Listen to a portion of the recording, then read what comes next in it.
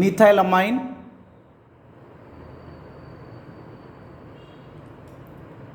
methanamine, dimethylamine, N-methanamine, trimethylamine, N-dash, dimethyl-methanamine is the IUPAC name for the tertiary amine.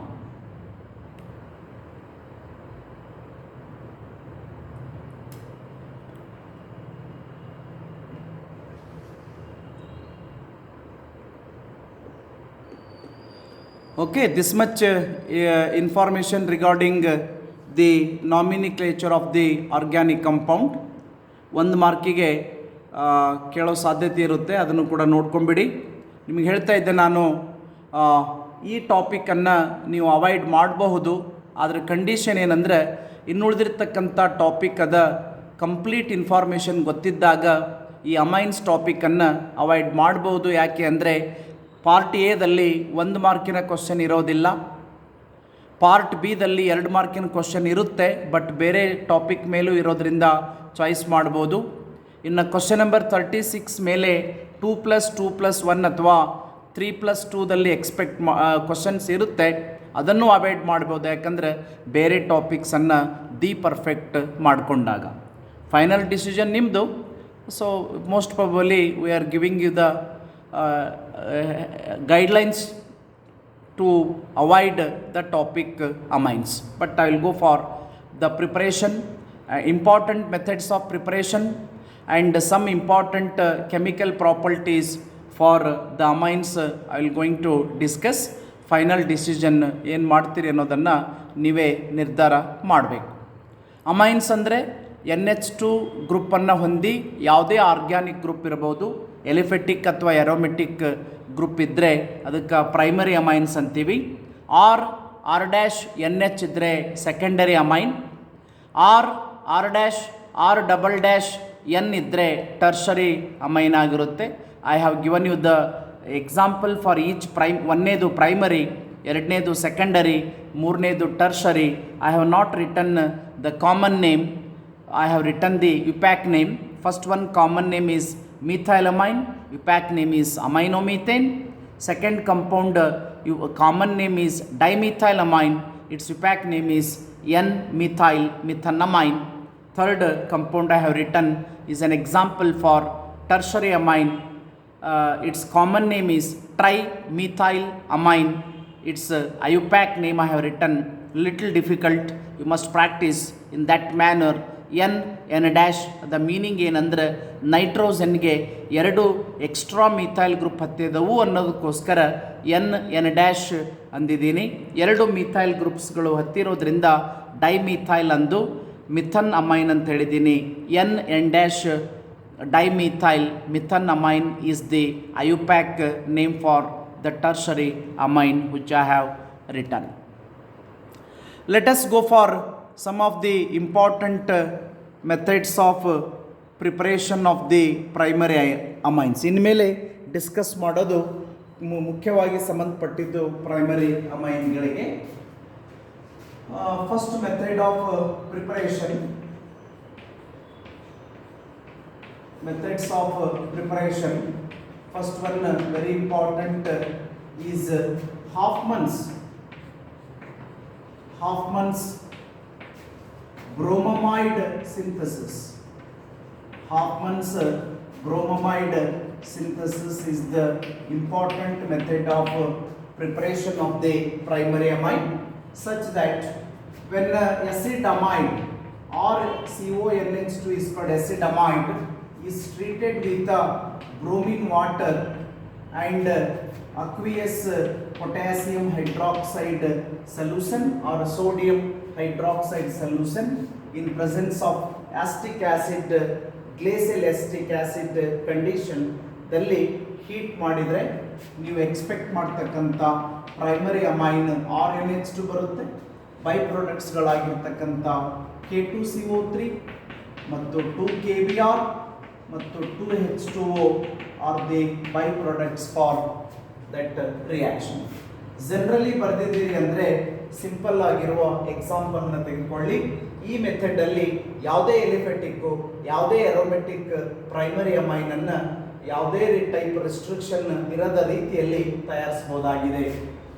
Therefore, simply CS3CONH2 I am taking. It is acetamide treated with a bromine water and potassium hydroxide solution in acetic acid medium. Hence you will get CH3NH2. This is methyl amine. Byproducts are same. K2CO3 plus 2 KBr plus 2H2O are the byproducts formed. Important method. Second method is only concerned to the preparation of the aromatic primary amine. Therefore, the heading I am considering is from nitrobenzene. Nitrobenzene ದಿಂದ reduction process ಅನ್ನು ಮಾಡೋ ಮುಖಾಂತರ ನೈಟ್ರೋಬೆಂಜಿನ್ ಅನ್ನು reduction ಮಾಡೋ ಮುಖಾಂತರ ಅನಲೀನ್ ಅನ್ನು ತಯಾರಿಸ್ತೀರಿ ಅಂತ ಅರ್ಥ. ಹಾಗಾಗಿ ಇಲ್ಲಿ ಜನರಲಿ ಬರೆಯೋದು ಬೇಡ, ಡೈರೆಕ್ಟ್ ಎಕ್ಸಾಂಪಲ್ ತೆಗೆದುಕೊಳ್ಳಿ. When nitrobenzene is reduced by heating with tin SN in concentrated hydrochloric acid. On heating the mixture, the nitrobenzene directly reduced into respective aromatic primary amine, that is aniline, by the removal of water. aniline ಅನ್ನು ತೆಗೆದುಕೊಂಡು ನೈಟ್ರೋಬೆಂಜೀನ್ ಅನ್ನು ತೆಗೆದುಕೊಂಡು tin ಇನ್ HCl ಹಾಕಿ heat ಮಾಡಿದ್ರೆ reduction ಆಗಿಬಿಟ್ಟು ನಿಮಗೆ primary amine ಆಗಿರ್ತಕ್ಕಂಥ aromatic primary amine ಆಗಿರುವ aniline is the compound form. These are the only two methods I can suggest to practice perfectly. One more method is there, that is a Gabriel thalamide synthesis. It is little difficult since we are mainly discussing about the average and below average students. Therefore, I am not going to discuss about the preparation of the primary amine by the Gabriel thalamide synthesis. ಇವೆರಡೇ method ಅನ್ನ perfect ಮಾಡ್ರಿ. ಎರಡರಾಗ ಒಂದು method compulsory ಬಂದೇ ಬರುತ್ತೆ. ಒಂದು Hofmann's bromamide synthesis using acidamide, bromine water and KOH. You will get aliphatic or aromatic primary amine. Another is nitrobenzene on reduction with the tin in hydrochloric acid. Reduction takes place to form the respective aromatic primary amine, namely aniline. ಎರಡ method ಅನ್ನ perfect ಮಾಡ್ರಿ. ಎರಡರಾಗ ಒಂದು method almost compulsory ಬಂದೇ ಬರುತ್ತೆ. ಇನ್ನು different chemical properties ದಲ್ಲೂ ಸಹಿತ I am not going in details.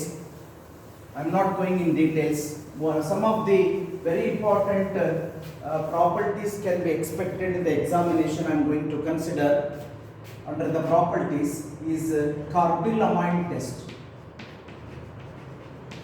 Carbylamine test is a test for primary amine. ಯಾವುದೇ ಕೊಟ್ಟಿರ್ತಕ್ಕಂಥ ಕಂಪೌಂಡು ಪ್ರೈಮರಿ ಅಮೈನ್ ಇದೆ ಅನ್ನೋದನ್ನು ತೋರಿಸ್ಲಿಕ್ಕೋಸ್ಕರ ಈ ಟೆಸ್ಟನ್ನು ಮಾಡ್ಬೋದಾಗಿದೆ. ಹೇಗೆ ಮಾಡಬೇಕು ಅಂದರೆ, ಕೊಟ್ಟಿರ್ತಕ್ಕಂಥ ಪ್ರೈಮರಿ ಅಮೈನ್ಗೆ ಕ್ಲೋರೋಫಾರ್ಮನ್ನು ಮತ್ತು ಆಲ್ಕೋಹಾಲಿಕ್ ಪೊಟ್ಯಾಸಿಯಂ ಹೈಡ್ರಾಕ್ಸೈಡ್ ಅಥವಾ ಸೋಡಿಯಂ ಹೈಡ್ರಾಕ್ಸೈಡ್ ಆಲ್ಕೋಹಾಲಿಕ್ ಆಗಿರಬೇಕು. ಯಾಕಂದ್ರೆ primary amine is insoluble in water. When this mixture is heated strongly, you will get a bad smell or an offensive smell or a disagreeable smell. It is due to the formation of a isocyanide. Due to the formation of a isocyanide, you are getting a bad smell that indicates the given compound is primary amine. Or NH2 plus CHCl3 chloroform plus alcoholic potassium hydroxide. On heating the mixture, you will get or N triple bond C with the removal of KCl and water. This is called isocyanate. Because of this isocyanate, you are getting a offensive smell, or simply you can remember you are getting a bad smell. N C ಅಂತ ಬರೀಬೇಕು, ಹೊರತಾಗಿ C N ಅಂತ ಬರೀಬಾರ್ದು. C N ಅಂತ ಬರೆದ್ರೆ cyanide ಆಗುತ್ತೆ. ನಮಗೆ ಬೇಕಾಗಿದ್ದು ಐಸೋಸೈನೈಡು, ಹಾಗಾಗಿ ಎನ್ ಸಿ ಅಂತ ಬರೀರಿ. ಟ್ರಿಪಲ್ ಬಾಂಡ್ ಬರೀಲೇಬೇಕು ಅಂತಿಲ್ಲ. We can take one example. It can be applicable for any aliphatic or aromatic. ಯಾವುದಾದ್ರು ತೆಗೆದುಕೊಳ್ಳಿ. I'll take aromatic. ನೀವು aliphatic ಬರೆದು ಪ್ರಾಕ್ಟೀಸ್ ಮಾಡಬೇಕು. When aniline is heated, when aniline is heated with a chloroform and alcoholic sodium hydroxide or a alcoholic potassium hydroxide, an offensive smell or a bad smell is produced due to the formation of a phenyl isocyanate. That is a test for primary amine. ಯಾವುದಾದ್ರೂ ಆಗಿರ್ಬೋದು, aliphatic ಅಥವಾ aromatic. Phenyl isocyanide. ಯಾಕಿಷ್ಟು details ಬರೀತಾ ಇದ್ದೀನಿ ಅಂದರೆ, ಸೆಲೆಕ್ಟೆಡ್ಡೇ ನೀವು practice ಮಾಡ್ತಾ ಇದ್ದೀರಿ ಅಂದರೆ ಆ ಸೆಲೆಕ್ಟೆಡ್ ಮೆಥಡನ್ನು, ಸೆಲೆಕ್ಟೆಡ್ ಪ್ರಾಪರ್ಟೀಸನ್ನು ಪ್ರಾಕ್ಟೀಸ್ ಮಾಡ್ತೀರಿ ಅಂದರೆ ಯಾವ ಟೈಪ್ ಕೇಳಿದ್ರು ಬರೆಯಕ್ಕೆ ಬರಬೇಕು. That's why I have written statement in brief, I have written general reaction, I have taken an example for aromatic compound. Similarly, you can take aliphatic also. Another is reaction with the nitrous acid is again important. Reaction with the nitrous acid is again important. You are getting two types of product according to the compound you are going to select. If it is aliphatic primary amine, you are getting different product. If you are having aliphatic aromatic primary amine, you are getting a different product. ಹಾಗಾಗಿ separate mention ಮಾಡಿ. When aliphatic primary amine is treated with nitrous acid, main compound formed is a respective alcohol with the liberation of a nitrogen gas. For example, when methylamine is treated with the nitrous acid, HNO2, ಇದು ನೇರವಾಗಿ nitrous acid available ಆಗೋದಿಲ್ಲ. When sodium nitrate is made to react with HCl in acidic medium by the removal of NaCl, the main compound formed is HNO2. This is to be called as a nitrous acid. Nitrous acid direct available ಇರೋದಿಲ್ಲ, ಅದನ್ನು ನೀವು reagent ಬಳಸಿ ತಯಾರಿಸಬೇಕು. ಯಾವ reagent ಬೇಕು ಅಂದರೆ sodium nitrite with HCl, you will get NaCl and HNO2. HNO2 is called as nitrous acid. ಹಾಗೆ methyl amine ಅಂತಕ್ಕಂಥ ಎಲಿಫೆಟಿಕ್ ಪ್ರೈಮರಿ ಅಮೈನ್ಗೆ ನೈಟ್ರಸ್ ಆ್ಯಸಿಡ್ ಟ್ರೀಟ್ ಮಾಡಿರಿ. ಯಾವುದೇ ಕಂಡೀಷನ್ಸ್ ಇಲ್ಲದೇ ಇದ್ರೂ ಸಹಿತ you will get methyl alcohol with the liberation of nitrogen gas and water. You have taken methylamine with the nitrous acid, you got methyl alcohol. ಎಲ್ಲ ಸ್ಟೆಪ್ಪಲ್ಲೂ ಸಹಿತ common name ಕೊಟ್ಟರೆ IUPAC name ಕೊಟ್ಟರೆ common ನೇಮನ್ನು ಬರೆಯೋದು simultaneously practice ಮಾಡಬೇಕು. But when aromatic primary amine is treated with a nitrous acid in acidic medium and also in the cold condition, you are getting diazonium salt. That process is called as a diazotization. Diazonium salt syllabus ಅಲ್ಲಿ ಇಲ್ಲ ಸರಿ, ಆದರೂ ಸಹಿತ aromatic halogenated compounds ಅಲ್ಲಿ ಬೇಕಾಗುತ್ತೆ, phenol ಪ್ರಿಪರೇಷನ್ದಲ್ಲಿ ಬೇಕಾಗುತ್ತೆ. ಹಾಗಾಗಿ ಒಂದು ಸಾರಿ ಡೈಅಜೋಟೈಸೇಷನ್ ಅಂದ್ರೆ ಏನು ನೋಡ್ಕೊಂಡ್ಬಿಡಿ. ಮೊದಲಿನ ಸ್ಟೆಪ್ಪಲ್ಲಿ ಸೋಡಿಯಂ ನೈಟ್ರೈಟ್ ಮತ್ತು HCl ಜೊತೆ ಟ್ರೀಟ್ ಮಾಡಿದ್ರೆ ನೈಟ್ರಸ್ ಆ್ಯಸಿಡ್ ಬರುತ್ತೆ. ಆ ನೈಟ್ರಸ್ ಆ್ಯಸಿಡನ್ನು ಎರೋಮೆಟಿಕ್ ಪ್ರೈಮರಿ ಅಮೈನ್ಗೆ ಮತ್ತು ಎಸಿಡಿಕ್ HCl ಜೊತೆ ಕೋಲ್ಡ್ ಕಂಡೀಷನ್ದಲ್ಲಿ ಟ್ರೀಟ್ ಮಾಡಿದಾಗ ಡೈಅಜೋನಿಯಂ ಸಾಲ್ಟ್ ಬರುತ್ತೆ. ಆ ಪ್ರೋಸೆಸ್ಗೆ ಡೈಅಜೋಟೈಸೇಷನ್ ಅನ್ನಬೇಕು. Therefore, second example I am taking is aromatic. When aniline ಲ್ಯಾಬಲ್ಲಿ ಸಹಿತ ಮಾಡಬಹುದು. When aniline is treated with nitrous acid, aniline is treated with nitrous acid in presence of acid under cold condition from 0 to 5 degrees Celsius by the removal of two molecules of water, the main compound formed having two nitrogen atoms attached to the benzene ring is called as BDC, benzene diazonium, benzene diazonium chloride. In brief, you can remember as a BDC. This process is called as a diazotization. ಯಾಕೆ ಅಂದರೆ ಎರಡು nitrogen ಆಟಮ್ಗಳು ಇರ್ತಕ್ಕಂಥ compound ಬರ್ತಿರೋದ್ರಿಂದ ಇದಕ್ಕೆ ಡೈಸೋಟೈಸೇಷನ್ ಅಂತ ಕರೀಬೇಕು. These are the very most important reactions you can practice. With that extra, if you want to say under ESR, electrophilic substitution reaction ದಲ್ಲಿ ಸ್ವಲ್ಪ difficult reactions ಅದಾವ್ರಿ. ಅದರಲ್ಲೇ ಇದ್ದದ್ರಲ್ಲೇ ಸ್ವಲ್ಪ ಈಸಿ ಇರೋದು ಇಂಪಾರ್ಟೆಂಟ್ ಇರೋದನ್ನ ಪ್ರಾಕ್ಟೀಸ್ ಮಾಡೋದಾದ್ರೆ bromination. when aniline is shaken, when aniline is shaken with bromine water, aniline brown colour ಇರುತ್ತೆ, bromine water orange colour ಇರುತ್ತೆ.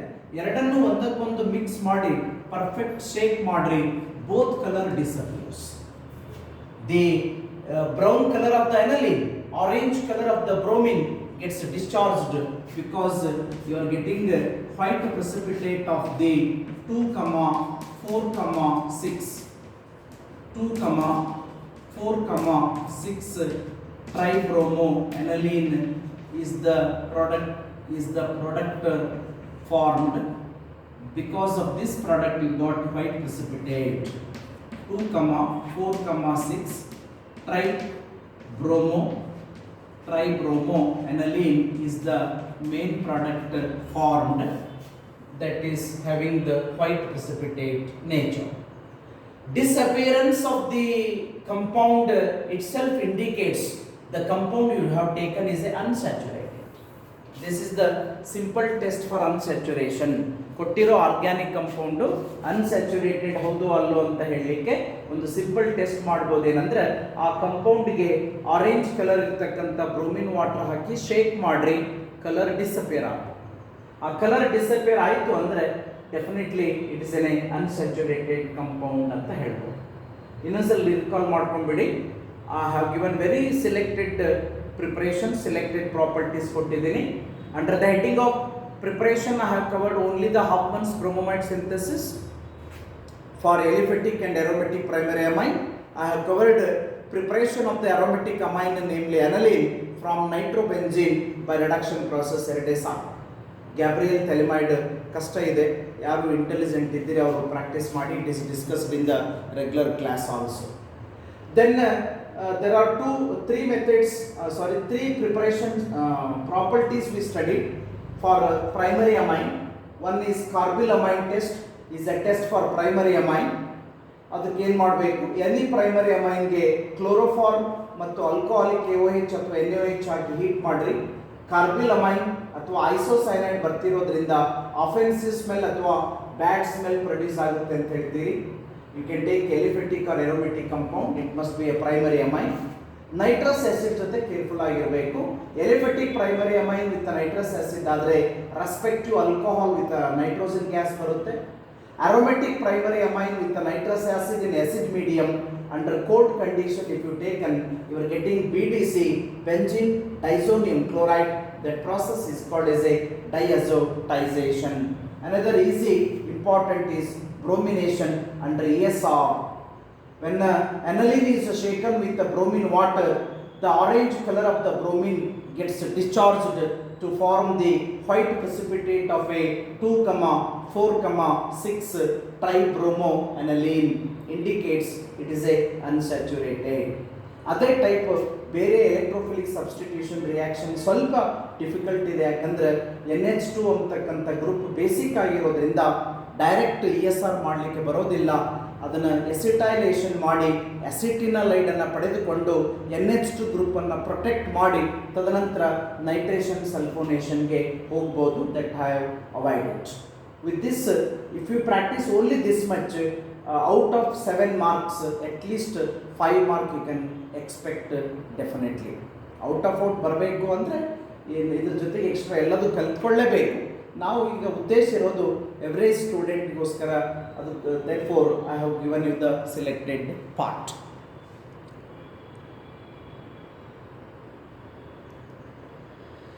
Okay, so we'll go for the next topic, biomolecules in the next class. ಅಲ್ಲಿ ಕೂಡ selected ಹೋಗೋಣ ಅಂತ. ಇದಿಷ್ಟನ್ನು practice ಮಾಡಿರಿ. Minimum 5 marks you will get out of 7. Thank you.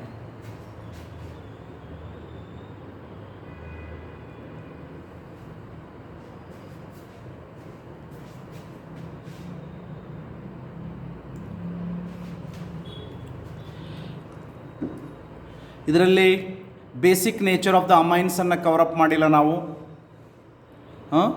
ಅಂದರೆ when electron donating group like a methyl, ethyl, propyl is added, its basic nature increases. Whereas electron withdrawing group like a nitro group, phenyl group, etc. is added, its basic strength decreases ಅನ್ನೋ information ಇದೆ. ಇದು ಸ್ವಲ್ಪ comparatively difficult ಆಗಿರೋದ್ರಿಂದ I am not going to cover all those things. ಇದಕ್ಕಿಂತಲೂ ಹೆಚ್ಚಿಗೆ ಕಲಿಬೇಕು ಅಂತ ಏನಾದರೂ ನಿಮಗೆ if you feel it is easy for us to study much more extra ಅಂತ ಏನಾದರೂ ಅನಿಸಿದರೆ ರೆಗ್ಯುಲರ್ ಕ್ಲಾಸಲ್ಲಿ ಕಲ್ತಿರೋ ಎಕ್ಸ್ಟ್ರಾ ಇನ್ಫಾರ್ಮೇಷನನ್ನು ಸಹಿತ ಇದ್ರ ಜೊತೆಗೆ ಕಲ್ತ್ಕೊಂಡು ಪ್ರಾಕ್ಟೀಸ್ ಮಾಡಿರಿ. ಸರಿನಾ? ಇದು ಹೇಳಿದ್ನಲ್ಲ, 1 mark question in the part ಎದಲ್ಲಿ ಇರೋದಿಲ್ಲ, ಹಾಗಾಗಿ ಅವಾಯ್ಡ್ ಮಾಡ್ಬೋದು. ಪಾರ್ಟ್ ಬಿದಲ್ಲಿ 2 markiನ ಕ್ವಶನ್ ಇರುತ್ತೆ. ಬೇರೆ ಟಾಪಿಕ್ ಮೇಲೆ ನೀವು ಬರೀಲಿಕ್ಕೆ ಸಾಧ್ಯತೆ ಇರೋದ್ರಿಂದ ಅವಾಯ್ಡ್ ಮಾಡ್ಬೋದು. ಕ್ವಶನ್ ನಂಬರ್ 36 A+B+C ಅಥವಾ A+B ರೀತಿಯಲ್ಲಿಯೂ ಸಹಿತ ಇರುತ್ತೆ. ಎಲ್ಲಿಯೂ ಸಹಿತ ಅವಾಯ್ಡ್ ಮಾಡ್ಬೋದು, ಯಾಕಂದರೆ haloalkanes, haloarenes will be question number 32. Alcohol, phenol, ethers will be from 33. 34 and 35 will be from aldehydes and ketones and carboxylic acid. So ಇದಿಷ್ಟು ಜೊತೆಗೆ ಎಷ್ಟಾಯಿತು? 4 ಆಯಿತು. 32, 33, 34, 35 ಪರ್ಫೆಕ್ಟ್ ಮಾಡಿದರೆ 36 ಕ್ವಶನನ್ನು ಅವಾಯ್ಡ್ ಮಾಡ್ಬೋದು. ಫೈನಲ್ ಡಿಸಿಷನ್ ತೆಗೆದುಕೊಳ್ಳಬೇಕಾಗಿದ್ದು ನೀವೇ. ನಾವು ಕೆಲವಿಷ್ಟು ಸಜೆಷನ್ಸನ್ನು ಕೊಡ್ಬೋದು. I will go for the next topic, biomolecules in the next class. Okay, as I am giving you the information repeatedly that don't neglect regarding the coming exams. ಯಾವಾಗ ಯಾವ decision ತೊಗೊಳ್ತಾರೆ, ಯಾವಾಗ time table announce ಮಾಡ್ತಾರೆ, all of a sudden ಆಯಿತು ನಮಗೆ ಅನ್ನೋದು ನೀವು complaint ಹೇಳಬಾರ್ದು. ಅದಕ್ಕೋಸ್ಕರ ಪದೇ ಪದೇ ನಾನು ರಿಪೀಟ್ ಮಾಡ್ತಾ ಇದ್ದೀನಿ. Please be ready with the exams ಅಂತೂ ನಡೆಸ್ತಾರೆ.